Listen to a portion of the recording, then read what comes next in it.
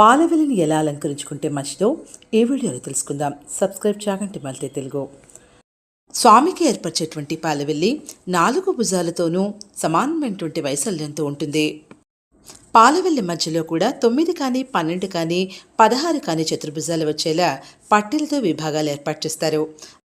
పాలవెల్లికి మనం కట్టి వేళ్లాడి తీసేటువంటి వెలక్కాయలు పాలపుంతలో గుండ్రంగా తిరిగేటువంటి బ్రహ్మాండాలతో పోలుస్తారు.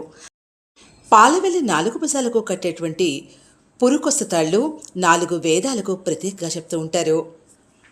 పాలవెల్లికి కట్టేటువంటి మామిడాకులు బ్రహ్మాండ మందిరాలకు తోరణాలుగా ఉంటూ ఉంటాయి.